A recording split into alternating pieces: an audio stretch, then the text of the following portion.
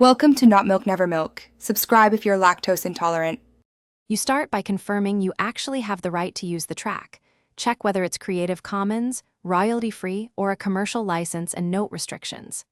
Next, record exact metadata. Song title, artist, label, duration, and the license name or link, because you'll paste these into YouTube fields. Finally, secure proof of permission, an invoice, license file, or email, and keep it accessible in case of claims.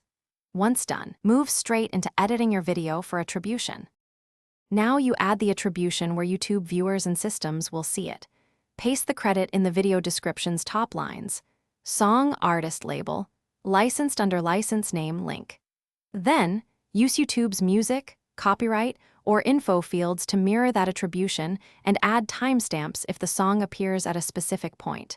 Make sure the license link is exact and live, and that the wording matches the license requirements so automated systems recognize compliance. Finish by verifying the upload. Watch the first 48 hours for Content ID matches or manual copyright notices and confirm audio plays as expected.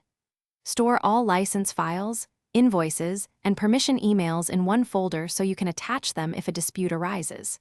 If a claim appears, first attempt to resolve it through the claimant using evidence. If needed, file a counter notice or dispute with YouTube and attach your proof. One troubleshooting tip: if automated claims persist, escalate with documented permission and timestamps to support your case.